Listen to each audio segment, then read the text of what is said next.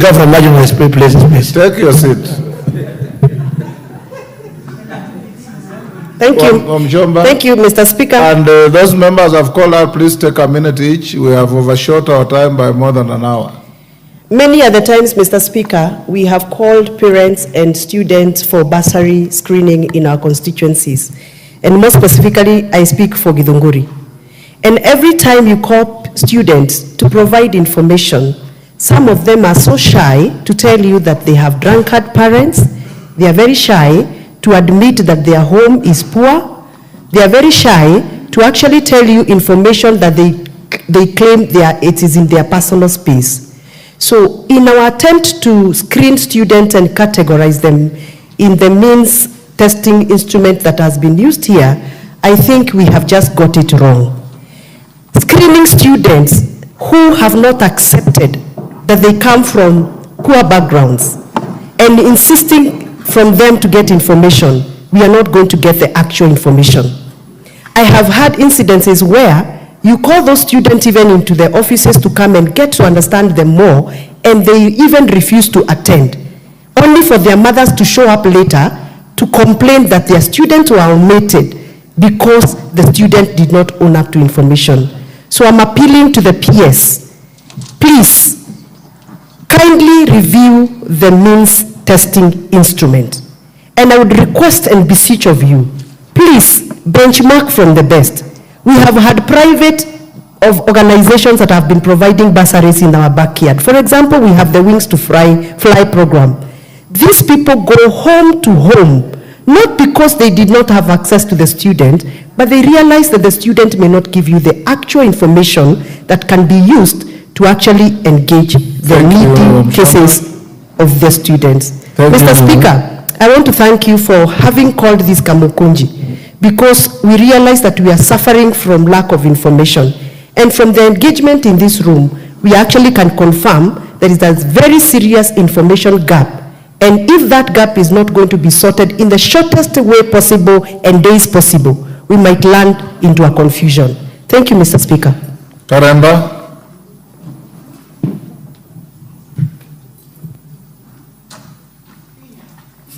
Just press and it comes on. Thank you.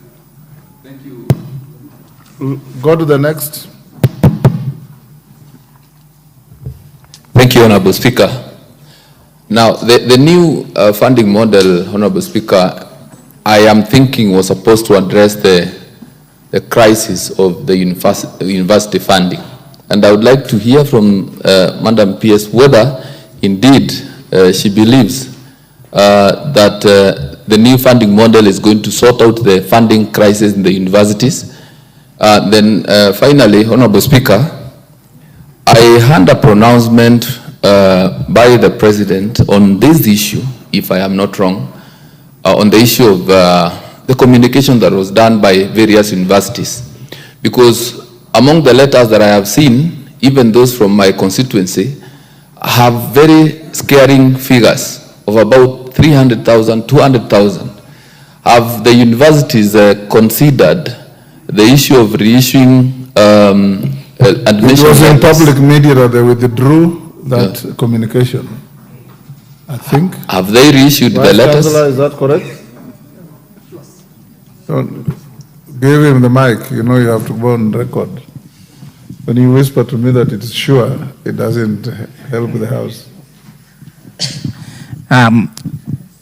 Honorable Speaker, honorable members, yes, we did indicate that the fees or the letters that we had issued earlier on, we know the costs therein, and we promised that as from 5th of August, we will be issuing other letters showing household costs.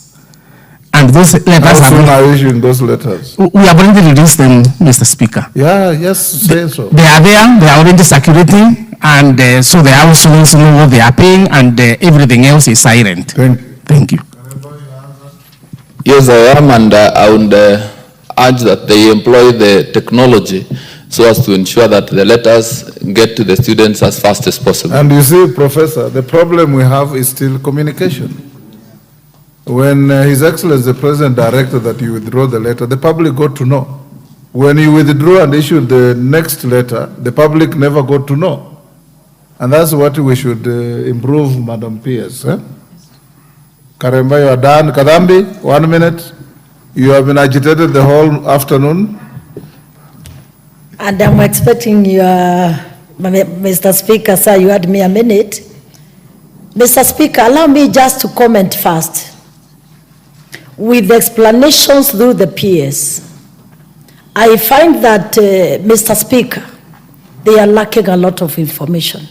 It might be a very good idea, but how to implement it, how to sustain it, it has a lot of questions. Mr. Speaker, sir, there is burden when identifying the poor children, because I'm a single constituency member of Parliament, Joro, and sometimes we do even locational committees so that we can look for these poor people. Madam PS, I'm interested to understand, do you expect or does your team have a clue that there's a probability for a person qualifying to be band 5, that person can qualify to be band 1? Do you expect that?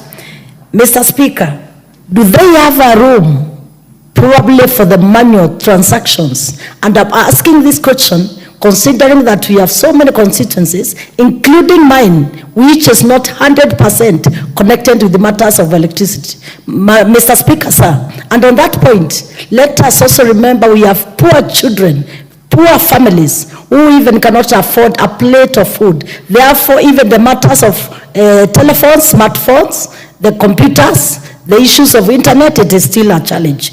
Do we have a room for the manual transactions? And lastly, Mr. Speaker, please, Mr. Speaker, 1 minute. I find it when they give grace period of 1 year, it is not reasonable. Why, Mr. Speaker? In this country, we have brothers and sisters, and even some poor children we have taken to schools with the CDF, who even have finished universities. Even for the last 2 to 3 years, they have not gotten jobs. Therefore, the period grace for 1 year, it is not appropriate. For 1 year to do what? I am advising the ministry, Mr. Speaker, sir, to just go and do adjustment, at least to add it from 1 year to probably 2 to 3 years, so that the people shall have finished the universities. They have not gotten jobs. And this, Mr. Speaker, I'm talking through the experience and what is there today in this country. Thank you, Mr. Speaker, sir. Okello, avoid the temptation to make a speech. Just ask question. I thank you very much, Honorable Speaker, and I also thank you for convening this Kamukunji, which is quite insightful.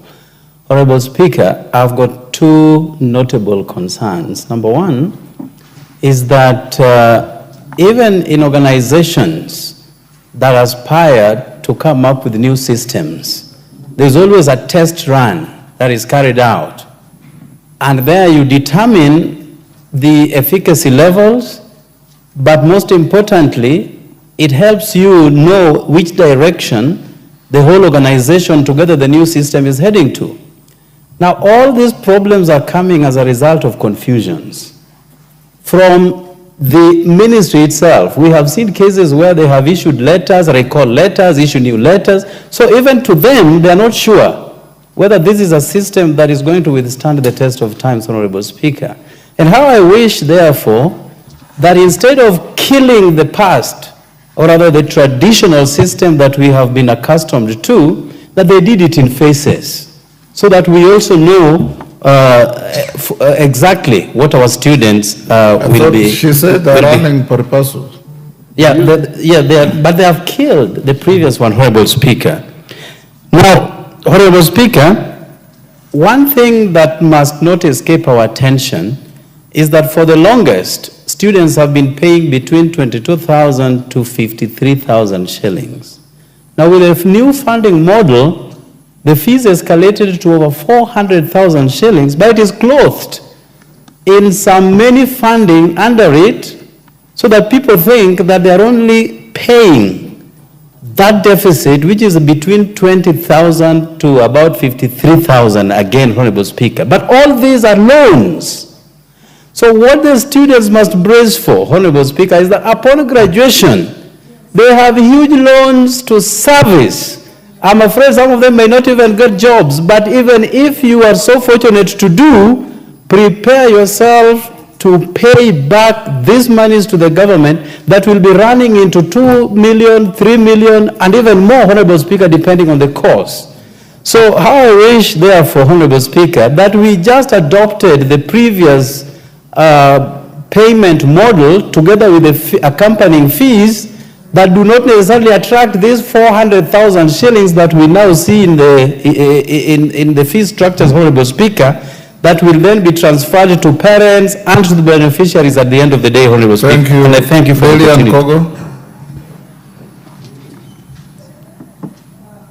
Thank you so much, Honorable Speaker, for giving everyone an opportunity to speak. That is the person that you always are. I will be very quick to make comments because most questions have been asked. But Honorable Speaker, allow me to be the devil's advocate here. I want to speak from the point of information. I was at the University of Nairobi yesterday, School of Law, at one of the lecture theaters where they were admitting law students. And Honorable Speaker, I am here to confirm and congratulate University of Nairobi because that's the only place where I went to verify the workability of this system at the ground level. And we had many students who had challenges with fees, application, and they were all gathered in one of the halls. I can report as a member of parliament for Rango constituency, Honorable Speaker, nobody was turned away because of school fees. As a matter of fact. So I saw that, and I want to thank the system, I want to thank the ministry, but you need to do better. Nobody was turned. I don't know what happened in other universities. I don't know what is going to happen in the ones who are going to be admitted later, but yesterday no student was turned away because of his. Madam Pierce, what informs a basic earning of 5,000 and not 2,000 and not 3,000? Where did you get that information from? Number two, why not build hostels for our students, even from the affordable housing scheme? Why not build hostels instead of burdening our students with loan? And this is what depresses young people to the point of committing suicide. Number three, Honorable Speaker. Three and last.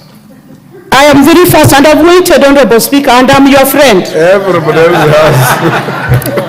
Yes, thank you. Thank you so much. Thank you, Mheshimiwa. Thank you, Speaker. Another matter that is of concern to me, I am really worried. If a 1975 model of MTI can be used to get interactions of variables and make decisions, when we have better models, newer models like principal component analysis that can give you interactions of the various. Why did you go for 1975 model? Finally, Honorable Speaker, I want to say this. We do not need as a country, the respect that Kenya gets outside here is more than its mission. We do not need to move from one mathematical model to another one, exchanging models after models and depressing parents. What we need to fix education of this country is free education. That is all we require. We do not want to know how you have gone to school and you come up with this model. Mathematics is not for fixing poverty. We want actualization of issues, qua ground. That is all we want. We do not want, Honorable Speaker, nikamaliza kabisa, we will not talk again. We do not want to depress young people with burden of loans when they start working. Let them go look for jobs that we should also provide as a country so that we make Kenya a better place to live in. Thank you, Honorable Speaker. Mayaka, 1 minute. Thank you, Honorable Speaker. Don't emulate your neighbor. Take 1 minute. Thank you, Honorable Speaker. I'll be very brief. Honorable Speaker, I was just looking at the task force report that was shared together with this document. And one of the things that is very apparent is that, number one, there was no pilot done for this system for you to be able to determine the criteria that you're using, because you cannot use a social criteria methodology on informal income earning Kenyans and people in the agricultural sector. That doesn't make sense. Number two, Honorable Speaker, we have a report here that has recommendations and mitigations without any timelines. It just says what doesn't work, but doesn't say when it can be made to work. Number three, Honorable Speaker, when you're using a 1975 model, it's akin to using a Nokia 3310 in the current age. And the way systems and technology is so dynamic, it means that we are not helping our Kenyans. And finally, Honorable Speaker, if you notice one of the task force recommendations here, it actually says that the PWDs cannot be able to use this system. So what happens to children who are PWDs? Do they not go to university? Because there's no solution given here. Thank you. And finally, Honorable Speaker, I just want to suggest... I thought she said they get special... This one is a suggestion, Honorable Speaker, yes, that will be very helpful to all members. Is that the Q&As that we've asked and the responses that we've gotten, yes, if you can get that together, and also just do brief videos on X and TikTok for the young people who are the consumers of this. Thank you, Irene. Take your seat. Thank you, Honorable Speaker. Jen Kihara.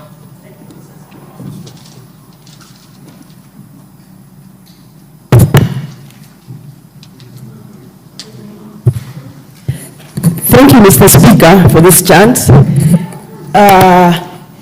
We are lucky you called this Kamukunji, which has addressed most of the things, but I can say that actually this information was not for us because they are not addressing the clients.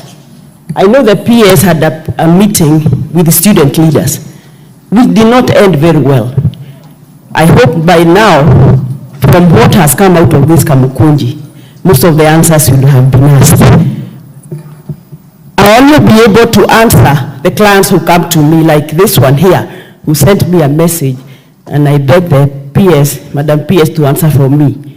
Dear our MP, I'm a resident of Kayoro, Naivasha, next to Chief's office, where I live with my 3 sons in a 2-roomed house where we all share 1 room as a bedroom.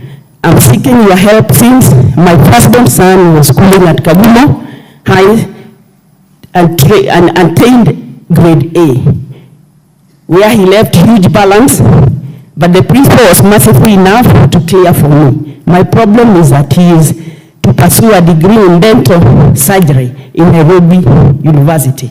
But unfortunately, the government placed him in band 5, where I'm supposed to pay 245,200 in a year. Not forgetting that I'm jobless. I have another kid in Form 3, where I also have a balance of fees. I'm writing this to you, it's because you will find it in your favor, in your heart, to assist me. God bless you. I'm pleading to be placed, even if it is band 2, where I can even get help from friends in case I got stuck. But band 5, there is even no need starting this. So the recipient of this message is not us. I'll be able to get an answer now here. But the actually this information should go to the parents. We already have the answer. That's what I'm saying. It should go to the parents, the clients, and the students. Now tell that parent that you are told in this house, in this meeting, that when the student reports to the university, he goes straight to the desk that has been set up and informs them that he has been placed in the wrong band on the basis of wrong information. Which wrong information? Let me finish for you. Okay. Which wrong information was acknowledged by the peers? That they have taken some students from national schools where the fees is high, and they have operated on the presumption that that gives a background of what their parents earn, which is not true. So tell the parent to tell the son, the student, to go and correct. That's why this Kamukunji is important, because now they'll get to hear from the media and ask, but the ministry is not doing anything to communicate to the correct recipients. Exactly. Thank you, Jen. And media help the country on this. That's why we called you here to help us. Kipchumba Wakili. Thank you, Honorable Speaker, for calling us for this Kamukunji so that we can discuss this very important issue. Honorable Speaker, this new funding model heralded a significant shift in policy. Honorable Speaker, going forward, before such a policy is adopted, my proposal is it will be prudent to be brought before the floor of this House to be discussed and members adopt it as a whole. Because, Honorable Speaker, members this report was never brought before the floor of this House so that members could discuss it at that point and understand. Number two, Honorable Speaker, Thomas Fuller said that seeing is believing, but feeling is the truth. Honorable Speaker, I have read through this report. One of the issues that is being raised is that the level of need relies heavily on the information provided by the applicant. Honorable Speaker, why can't the ministry visit the household of these particular students to determine by seeing, by feeling it, so that before the band is before they are categorized in certain bands, they have visited the household to determine the level of poverty. Some of us, Honorable Speaker, from our community, we take pride in our cows. We take pride in our farms. We take pride in our livestock. Honorable Speaker, it is very hard for a Kalenjin person to tell you that I am poor. So some of these are out of information that is not given correctly because we never, or that they never visited the actual students on the ground. Honorable Speaker, I propose that they form a committee. We did a census in this country, Honorable Speaker, where the households were visited. Honorable Speaker, what stops the ministry from going to from household to determine the actual need of these students? Thank you. Parashina. Thank you, Mr. Speaker, for giving us Kajiado an opportunity also. First of all, I need to appreciate your humility and patience. Since 9 up to now, since 10 up to now, Mr. Speaker, today I salute you. Thank you so much. Mr. Speaker, the only issue that I really needed to raise, we should not do experimental exercise with our students. This program is getting as it is kicking on. It should have been able to have, as the way Mr. Honorable Kipchumba said, we could have discussed it before now being going for experiment. These are the challenges that people are facing just because of the policy that the ministry has introduced without first of all explaining to the public. Number two is the issue of as I told you, as I said, I come from the arid areas. The issue of the bands. Band 1, we could have seen here a proposal that the band 1 should be pure scholarship. I might have been coming from a very poor family, and I'm coming from the people of Kajiado South, and I'm very poor, and I don't have an opportunity to get even the 5,000 or even to anything that I'm supposed to be in any country equating me to 5,000, and I'm left outside. So that my point is, if possible, we introduce the issue of full scholarship, and this full scholarship should be able to take care of me. Maybe if I'm born as from the poor background, I should be given a same opportunity as someone who's getting the other opportunity, who can access the education. Rather than if I'm forced to take the 95% loan, that kind of program, then tomorrow the issue of repayment to me becomes also a burden to my life, and even securing an opportunity